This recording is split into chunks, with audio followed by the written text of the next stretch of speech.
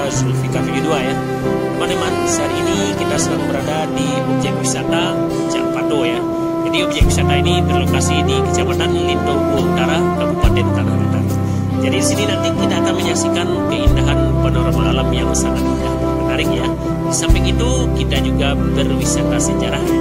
Karena di sini lokasinya terjadinya Sumpah Sakti Bukit Muara Palam, yaitu kesepakatan antara kaum adat dan kaum agama ya, yang sangat bersejarah dalam adat alam Minangkabau. Bagaimana kelanjutan videonya? Silakan Anda tonton sampai akhir. Namun jangan lupa like, komen, dan subscribe, dan tekan tanda loncengnya. Terima kasih dan selamat menyaksikan.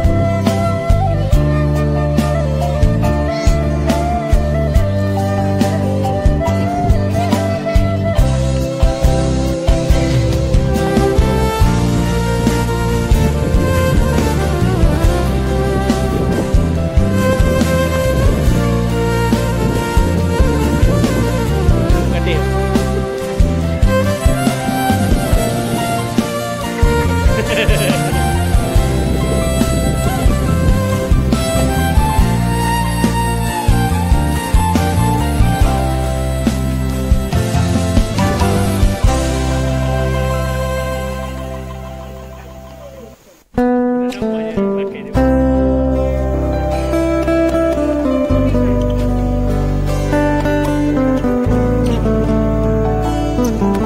saja video kita kali ini ya, semoga